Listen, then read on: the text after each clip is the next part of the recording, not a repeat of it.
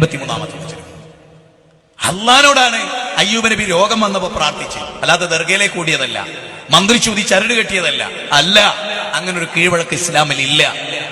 ഇല്ല എന്ന് മാത്രമല്ല, അതിനെതിരെ ശബ്ദിച്ചു ഇസ്ലാം. ഐക്കല്ലിനെതിരെ, മന്ത്രി ചൂതിയ ചരടുകൾക്കെതിരെ, ദർഗകൾ കെട്ടി ഉയർത്തുന്നതിനെതിരെ ഈ ലോകത്തോട് റസൂലുള്ള വിട പറയുമ്പോൾ പ്രാർത്ഥിച്ച രണ്ട് പ്രാർത്ഥന ഏതാ? ഒരിക്കലും നിങ്ങൾക്ക് APK സുന്നില പ്രാർത്ഥന പറഞ്ഞു തരൂല. പറഞ്ഞ പോലെ കാറ്റുപോയില്ലേ, നിലപ്പ് എന്നയിമല. നബി അവസാനം പ്രാർത്ഥിച്ച രണ്ട് പ്രാർത്ഥന നിങ്ങൾക്ക് പഠിപ്പിച്ചൊരു ഉസ്താദ് എന്നൊന്നിപ്പോ ചെന്ന് പറഞ്ഞു നോക്കുകള്. പഠിപ്പിക്കാൻ കഴിയില്ല അവർക്ക്. എന്താ നബി അവസാനം പ്രാർത്ഥിച്ച്? വഹാബിയുടെ പ്രാർത്ഥനയാ. എന്താ? അല്ലാഹുമ്മ ലാ തജ്അൽ ഖബരി ഈദാൻ. അതാ റസൂൽ പ്രാർത്ഥന. നിങ്ങൾക്ക് പ്രാർത്ഥിക്കാൻ പറ്റുമോ? നിങ്ങളെ സാദാത്ത് നിങ്ങൾക്ക് പ്രാർത്ഥിക്കാൻ പറ്റുമോ? നിങ്ങൾക്ക് ജനങ്ങളെ പഠിപ്പിച്ചു കൊടുക്കാൻ പറ്റും? ഇന്ന് വരെ ഏതെങ്കിലും ഒരു AP സുന്നിയുടെ പ്രസംഗത്തിൽ നിങ്ങളിത് കേട്ടാൽ ഞങ്ങൾ പറയുന്ന പണിയെടുക്കും. ഈ ഹദീസ് ഉദ്ധരിച്ച് തന്നെ കേൾക്കാൻ കഴിയില്ല. പിന്നല്ലേ ബാക്കി. ഇനി ഇത് കേട്ടിട്ട് പോയിട്ട് സ്റ്റുഡിയോ പോയി റെക്കോർഡ് ചെയ്യുമെന്നുള്ളത് വേറെ വിഷയം. മനസ്സിലായോ?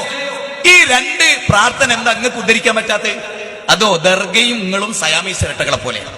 അതുകൊണ്ടാ ദർഗല്ലേ സമസ്തല്ല, സമസ്തല്ലേ ദർഗല്ല. ദർഗോ സമസ്തോ സുഖിനോ ഭവന്തു. ദർഗോ സമസ്തോ സുഖിനോ ഭവന്തു.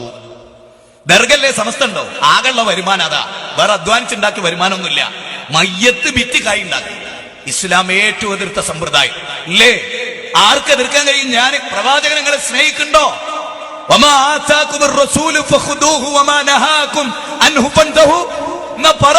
റസൂലുള്ള ജനങ്ങളെ ഈ ലോകത്തോട് വിട പറയുമ്പോ പ്രാർത്ഥിച്ചത് എന്താ?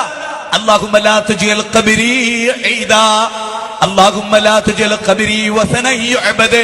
അല്ലാഹുവേ, എന്റെ ഖബറിനെ ആരാധിക്കപ്പെടുന്ന ബിംബമാക്കല്ലേ, എന്റെ ഖബറിനെ ആരാധിക്കപ്പെടുന്ന ബിംബമാക്കല്ലേ അല്ലാ. പിന്നെ റസൂലിന്റെ രണ്ടാമത്തെ പ്രാർത്ഥന എന്താ? എന്റെ ഖബറിടത്തിൽ ഉറൂസ് നടക്കല്ലേ. ഉറൂസ് എന്റെ ഖബറിടത്തിൽ നടക്കല്ലേ. അപ്പൊ ഒരു കാര്യം മനസ്സിലായല്ലോ, ഉറൂസ് ദീനാണെങ്കിൽ നടക്കേണ്ട നബീന്റെ അടുത്തല്ലേ? ഡുണ്ടുണ്ടും പിപ്പിപ്പി ഇല്ലേ? നിങ്ങൾ ആലോചിച്ച് നോക്ക്, നബീന്റെ ദർഗയിലെങ്ങാനും ഇസ്ലാമിലെ നേർച്ച. അബൂബക്കർ സിദ്ദീഖ് സുബഹിസ്കരിച്ചു, പെരുന്നാൾ ആഘോഷിച്ചു, റമദാനിലെ നോമ്പ് വെച്ചു. എന്തേ നേർച്ച നടത്താതിരുന്നത്? ഇല്ലാത്തതുകൊണ്ട് തന്നെ. ഇവരിപ്പോ നടത്തുന്ന നേർച്ച ഉണ്ടല്ലോ, ഇസ്ലാമിലൊരു നേർച്ച ഉണ്ട്, സുന്നത്തായത് നിർബന്ധമാകുന്ന ഒരു സംഭവം വേറെ. ഞാൻ ചോദിക്കുന്നത്, അബൂബക്കർ സിദ്ദീഖ് കഅബത്തിൽ എത്ര ആനയെ എന്നുള്ളിച്ചിരുന്നു നബീന്റെ ഉറൂസിന്? 2 വർഷം റബീഉൽ അവ്വൽ കടന്നില്ലേ? 2 വർഷവും 3 മാസവും 10 ദിവസവും ഇസ്ലാമിന്റെ ഖിലാഫത്ത് ഏറ്റെടുത്തു അബൂബക്കർ സിദ്ദീഖ് റളിയല്ലാഹു അൻഹു. സമ്മതിച്ചോ? 2 റബീഉൽ അവ്വൽ വന്നില്ലേ? അബൂബക്കർ സിദ്ദീഖ് റളിയല്ലാഹു അൻഹു എത്ര മുടി വെള്ളത്തിലിട്ട് കുടിപ്പിച്ചു സഹാബത്തിനെ കൊണ്ട്? ഒരു റിപ്പോർട്ട്, ഒറ്റ റിപ്പോർട്ട് പറയും. ഒരെണ്ണം. നമ്മളെ ബോക്കറിനെ കുറിച്ചല്ല ചോദിച്ചേ, കേരളത്തിലെ ബോക്കറിനെ കുറിച്ചല്ല ഞാൻ ചോദിച്ചേ. മദീനത്തും മക്കത്തും ജീവിച്ച് സ്വർഗം 8 വാതിലുകളിലൂടെ വിളിക്കപ്പെടുന്ന അബൂബക്കർ സിദ്ദീഖ്, ആ അബൂബക്കർ സിദ്ദീഖ് 2 റബീഉൽ അവ്വൽ വന്നു. നബീന്റെ മുടിയിട്ട വെള്ളം സപ്ലൈ ചെയ്തോ? തെളിവ് തരണം നിങ്ങൾ ഞങ്ങൾക്ക്. നിങ്ങൾ ഞങ്ങൾക്ക് തെളിവ് തരണം. ഇല്ല ഇല്ല ഇല്ല അല്ലേ? ഇല്ല. ഇനി നബി മരിച്ചു എന്ന് പറഞ്ഞാൽ എനിക്ക് സഹിക്കൂല.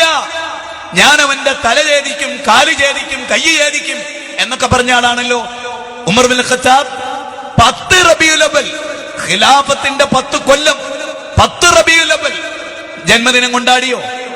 നബിയുടെ മുടി പ്രസിപ്പിച്ചോ? എന്നിട്ട് ആനയെ നള്ളിച്ചോ? 10 വർഷം ജീവിച്ചിട്ട് ഓരോ വർഷവും ആണ്ട് നടത്തിയോ? നേർച്ച നടത്തിയല്ല. ഇതൊക്കെ ഇന്ത്യ രാജ്യത്തെ ഹിന്ദുക്കൾ ചെയ്തതാണ്. അത് ഇവിടുത്തെ മാപ്പിളാരെ ഏറ്റെടുത്തു. അതവിടെ ഉണ്ടായി. എന്താ ചാവടിയന്തരം? കണ്ണൂക്ക് ഇവിടുത്തെ ഹൈന്ദവരുടെ ആചാരമാണ്. എന്താ 40 ഇവിടുത്തെ ഹൈന്ദവരുടെ ആചാരമാണ്. അത് ഞാൻ പറഞ്ഞു തരാം നിങ്ങൾക്ക്. ബസ് സ്റ്റോപ്പിൽ ഉസ്താദ് ഇങ്ങനെ നിൽക്കുകയാണ്, തലപ്പാവ്. അതിന്റെ അപ്പുറത്തൊരു പൂജാരി. നിങ്ങൾ എവിടുന്ന വരുന്നേ? ഞാനും മരിച്ചോലെ 3 കഴിച്ച് വരിക. നിങ്ങളോ? ഞാനും മരിച്ചോലെ 3 കഴിച്ച് വരിക. രണ്ടാളും. ഇതെന്താ? ഇത് ശ്രീകൃഷ്ണ ജയന്തി. ഇതെന്താ? ഇത് തോരണോ? ഇതെന്താ? നബിദിനം. ഈ തോരണോ അത് അതേ സ്ഥലത്ത് നിന്ന് തന്നെ വാങ്ങി. ഇതെന്താ? പള്ളി അലങ്കരിച്ച്. അത് ക്രിസ്ത്യൻ പള്ളി അലങ്കരിച്ച്. ക്രിസ്മസ് അതെന്താ? പള്ളി അലങ്കരിച്ച്. അതിന് നബിദിനം. എന്താ വ്യത്യാസം? ക്രിസ്ത്യാനിയും ഹിന്ദും കേരളത്തിലെ സമസ്തയും തമ്മിൽ എന്താണ് വ്യത്യാസം? വേഷത്തിലല്ലാതെ കർമ്മത്തിലും വിശ്വാസത്തിലും എന്താണ് വ്യത്യാസം? നിങ്ങൾ പഠിച്ചോളി. നിങ്ങൾ പഠിച്ചിട്ട് പരലോകങ്ങൾ ഇഷ്ടപ്പെടുന്നുണ്ടോ? സ്വർഗങ്ങൾ ഇഷ്ടപ്പെടുന്നുണ്ടോ മദീനയേക്കാൾ? എങ്കിൽ ആ സ്വർഗം കിട്ടണേ ദീനനുസരിച്ച് ജീവിക്കണം. ഇനി റസൂലുള്ള ഈ ലോകത്തോട് വിട പറയുമ്പോൾ അവസാനമായി പറഞ്ഞ ചില വാചകങ്ങൾ എന്താ? നിങ്ങളൊന്ന് ഉദ്ധരിക്കി. നബിയുടെ അന്തിമ നിമിഷത്തിൽ പറഞ്ഞ കാര്യം നിങ്ങളൊന്ന് പ്രസംഗിപ്പിക്കും. നിങ്ങൾ ഉസ്താദുമാരെ കൊണ്ട് കഴിയില്ല എന്ന് ഞാൻ വെല്ലുവിളിക്കുന്നു.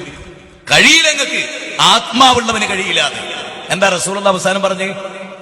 ലാനല്ലാഹു യഹൂദ വന്നസാറ ഇത്തഖദു ഖുബൂറ അംബിയാഇഹിം മസാജിദ. അത് തൊടാൻ പറ്റുമോ നിങ്ങൾക്ക്? അത് വായിച്ചിട്ടുണ്ടോ നിങ്ങളെ ജീവിതത്തിൽ?